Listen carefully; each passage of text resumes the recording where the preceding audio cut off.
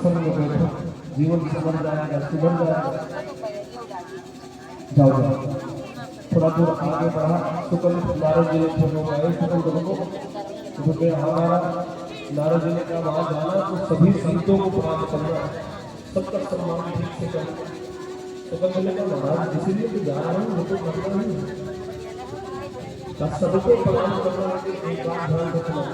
क्या उन्हीं संतों के बीच में विश्वामित्र जी भी बैठे हुए हैं, तो उनको प्रणाम करना।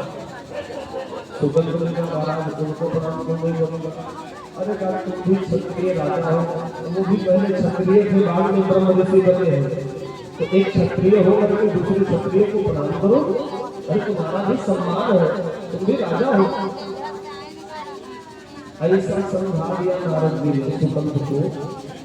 नारद जी की बात सिरोधार करके सुगंध गया सुमेर पर्वत पर, संतों के समागम में एक तरफ से लेट करके सबको दंडवत प्रणाम किया। विश्वामित्र जी का नंबर आया तो दूर से चक्कर काट करके निकल गया, विश्वामित्र जी के किनारे में सुगंध आया। विश्वामित्र जी ने देखा मेरे बगल में भी प्रणाम किया, इस बगल भी प्रणाम किया, आगे प्रणाम किया, पीछे प्रणाम किया, हमको प्रणाम नहीं किया। उसका अर्थ ये है कि इसके मन में अभी भी मेरे प्रति क्षत्रिय भावना है। तो सबसे कठिन जात अपमान, क्रोध के कारण विश्वामित्र जी आग बबूला हो गए। भली सभा में मेरा इतना बड़ा अपमान, जैसे कैसे सबको का सम्मेलन संपन्न हुआ, सभी सत्य को अपने अपने आश्रमों में गए। अब विश्वामित्र जी क्रोध के मारे तमतमाए आए अयोध्या में, और अयोध्या में आकर के राम जी से शिकायत की। राम जी ने निवेदन किया, बोले आपका अपमान कहा, किसने किया अपमान?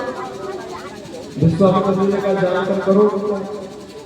राम जी ने कहा बोले जो सब आपके सम्मान में झुके नहीं होंगे, यदि आपकी भक्ति मेरे अंदर है तो मैं आपके चरण को कमलों की सौगंध लेकर के कहता हूँ कि उस चरण को काट दूंगा, उसको समाप्त कर दूंगा। आप बताइए तो इसमें आपका अपमान किया? अगर भगवान ने सौगंध ले लिया तो विश्वामित्र जी ने बताया कि कैवर्त देश का राजा सुगंध, अब तो चारों तरफ हमला हो गई। सुगंध को मारने के लिए राम जी ने प्रण ले लिया, राम जी ने प्रण ले लिया।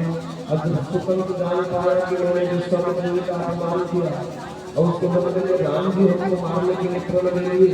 उस सुगंध भगवाया क्या, जब राम जी स्वयं मारने के लिए प्रण ले चुके हैं, सौगंध ले चुके हैं, तो अब मैं नहीं बचूंगा। अब डर के मारे सुगंध को भगा, यत्र तत्र नारद जी को खोजने लगा। हर जगह जाकर के नारद जी के ठिकानों पर पता लगाने लगा, नारद जी मिल ही नहीं रहे। वैसे रास्ते में चलते फिरते मिल रहे थे, अब ढूंढने पर नारद जी नहीं मिल रहे हैं। अगर नारद जी नहीं मिले तो सुगंध जोर जोर से रोने लगा कि अब मैं नहीं बचूंगा, अब मार दिया जाएगा। और जब रोने लगा सुगंध, तब नारद जी प्रकट हुए,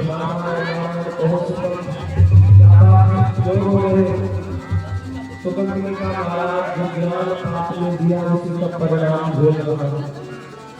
क्या हुआ? अरे कहा महाराज जब मैं जा रहा था सुमेर पर्वत पर सबको के बीच आपने मुझे समझा दिया कि सबको प्रणाम करना, लेकिन विश्वामित्र जी को प्रणाम मत करना। मैंने एक तरफ से सबको प्रणाम किया, विश्वामित्र जी को प्रणाम नहीं किया आपको पहले से।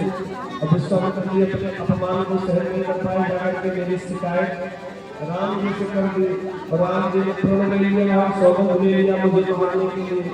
नारद जी अब नहीं बचूंगा, मार दिया जाऊंगा। नारद जी ने कहा भैया तो इसमें हम क्या कर सकते हैं, मरना तो इसमें सबको हुए। सुगंध ने कहा महाराज मैं नहीं मरना चाहता हूँ, इसमें मेरी गलती थोड़ी ना है, ये सारा ज्ञान तो आपने दिया है, आपके चक्कर में मैं फंस गया। नारद जी ने कहा मरना चाहता कौन है? कोई नहीं चाहता, लेकिन मरना पड़ता है। अब इसमें मैं तुम्हारी कोई सहायता कर नहीं सकता, मेरे बस की बात नहीं है। सुगंध नारद जी के चरणों को पकड़ लिया, महाराज कोई उपाय ढूंढिए, बताइए, मैं बचूंगा नहीं। नारद जी को दया आ गई। नारद जी ने कहा भैया सुनो, अब एक ही उपाय है, जैसा मैं कह रहा हूँ वैसा करो, चलो मेरे साथ। प्यारे नाम के सुकंठ को लेकर के सामने के पहाड़ पर चढ़ गए। ऊपर अंजना मैया की गुफा थी। अंजना मैया की गुफा के पास में लेकर के गए। गुफा से थोड़ी दूर नारद जी रुक गए। सुकंठ को समझाया, सुकंठ सुनो, अब यहाँ से आगे नहीं जाऊंगा, मैं यहीं से वापस लौट जाऊंगा। और अभी जैसे मैं जाऊंगा बस तुम जोर जोर से रोना, और जब तुम्हारे रोने की आवाज गुफा तक जाएगी और अंजना जी आएंगी और जैसे पूछेंगे मैं उनके चरणों को पकड़ लेना, मैया मुझे बचाओ, मुझे बचाओ, मुझे बचाने का वचन दो, बचाने का वचन दो। अगर उनको बचाने से बचाने का वचन ले लेना, तब उनके साथ में फिर आगे जाना। क्योंकि सुकंठ अभी इस दुनिया में तुमको यदि कोई बचा सकता है तो अंजना का पुत्र हनुमान बचा पाएगा, बाकी तुमको कोई बचाने वाला इस पृथ्वी पर अब है। नारद जी ने समझाया। नारद जी वापस गए। अब सुकंठ जोर जोर से रोने लगा।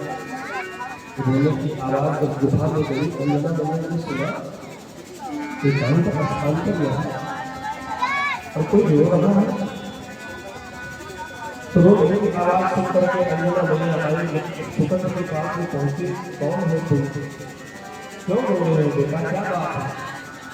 सुकंठ रोते रोते अंजना मैया के चरणों को पकड़ लिया। मैया को मार दिया जाऊंगा, मैं मार दिया जाऊंगा, मृत्यु का संकट है, मुझे मारने के लिए सेना घूम रही है, मेरी सहायता करने वाला कोई है नहीं, मैया आपको मार दिया जाऊंगा, कैसे काम बनेगा? अंजना मैया ने कहा बेटा सुन तो, क्यों इतना घबरा रहा है? अरे जहां मैं हूं तुमको मारने वाला कौन है? चल मेरे साथ, अभी मेरा पुत्र हनुमान तुम्हारी रक्षा करवाएगा। अंजना मैया सुकंठ को लेकर के गई अपनी गुफा में। सुकंठ ने कहा गुफा में जाकर के बैठ गए। सुकंठ गया अंदर गुफा में छिप कर बैठ गया। अंजना मैया उदास होकर के गुफा के द्वार पे बैठी। शाम का समय रोज हनुमान जी अपनी माँ को प्रणाम करने के लिए, माँ का हाल चाल लेने के लिए आते थे। अब जैसे हनुमान जी आए, देखा मैया उदास गुफा के द्वार पर बैठे। हनुमान जी पूछने लगे मैया क्या बात है, क्यों उदास बैठी है? अंजना मैया ने कहा बेटा हनुमान, आज तेरी माँ ने किसी को बचाने का वचन दे दिया, प्रण दे दिया। बेटा बोलो क्या तुम बचाओगे? किसी के ऊपर संकट में मैंने वचन दे दिया। हनुमान जी ने कहा माँ मेरे ऊपर क्यों करते हो? अरे मैं अपने इष्ट देव श्री रघुवीर के चरण कमलों की सौगंध लेकर के कहता हूँ कि जिसको आपने बचाने का वचन दे दिया उसको मेरा पुत्र हनुमान बचा। अब राम जी कसम खाए विश्वामित्र जी का मारने के लिए, हनुमान जी कसम खाए राम जी का बचाने के लिए। फिर हनुमान जी ने पूछा भैया वो है कौन? तो अंजना मैया ने सुकंठ को बुलाया। अब सुकंठ आया हनुमान जी के सामने। हनुमान जी ने पूछा कि कौन है? सुकंठ ने कहा मैं कैवर प्रदेश का राजा हूँ, मेरा नाम सुकंठ है। अब तुमको किससे संकट है? कौन तुमको मारने के लिए तैयार है? और जब पूछा हनुमान जी तो तब सुकंठ ने कहा राम जी। और जैसे राम जी का नाम लिया हनुमान जी भी आश्चर्यचकित हो गए, ये कैसा वचन मैंने दे दिया? तो मामला फंस गया। इसके नहीं रह पाए हनुमान जी भी। वही सुकंठ और अंजना मैया को छोड़ करके जल्दी से अयोध्या में आए। 10:30 10:27 पूरी तैयारी हो चुकी थी, निकलने वाले प्रभु भी तैयार 11 बजे तक कहीं हनुमान जी 11 प्रभु से मिले। राम जी प्रभु एक ही सेना से तैयार है, कहीं जाना है क्या? राम जी ने कहा हनुमान कैवर प्रदेश का राजा सुकंठ जिसने गुरुदेव का अपमान किया है, कि उसी सुकंठ को मारने के लिए पूरी सेना तैयार हो गई है, हम सब उसी के लिए निकल रहे हैं। हनुमान जी ने हाथ जोड़ लिया, प्रभु मर जाएंगे। राम जी ने कहा नहीं हनुमान रुक नहीं सकता, अरे मैंने गुरुदेव के चरण कमलों की सौगंध दे दिया मारने के लिए। हनुमान जी ने हाथ जोड़ लिया, प्रभु मैंने आपके चरण कमलों की सौगंध ले लिया है बचाने के लिए, इसलिए मत जाइए। राम जी ने कहा हनुमान आज चाहे कुछ भी हो, मैं रुकने वाला नहीं। अब हनुमान जी वहां से फिर थके, आए मैया की गुफा के पास। सुगंध से कहा चलो, सुगंध ने कहा कहाँ चले? हनुमान जी ने कहा तुम्हारे चक्कर में हमारे ठिकाने का पता नहीं है, कहाँ बताए चलते फंस गया मैं भी, लेकिन चलो। हनुमान जी सुगंध को लेकर के दूर एकांत जंगल में चले गए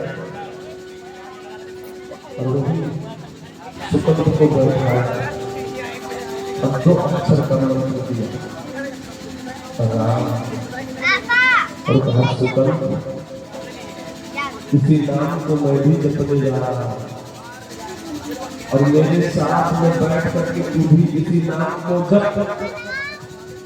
अब इस संसार में यदि तुझे कोई बचाएगा तो केवल ये दो अक्षर का नाम बचाएगा, बाकी तू बचने वाला नहीं है। तुमको मारने के लिए जिसने प्रण लिया है ना वो सर्वेश्वर है, तीनों लोगों का परमात्मा है, जगत का जगदीश है। हनुमान जी को आसन लगा करके नेत्र बंद करके प्रभु की कृपा से अंतर आत्मा में बसा करके लगे जपने श्री राम शरणं मम, श्री राम शरणं मम, श्री राम शरणं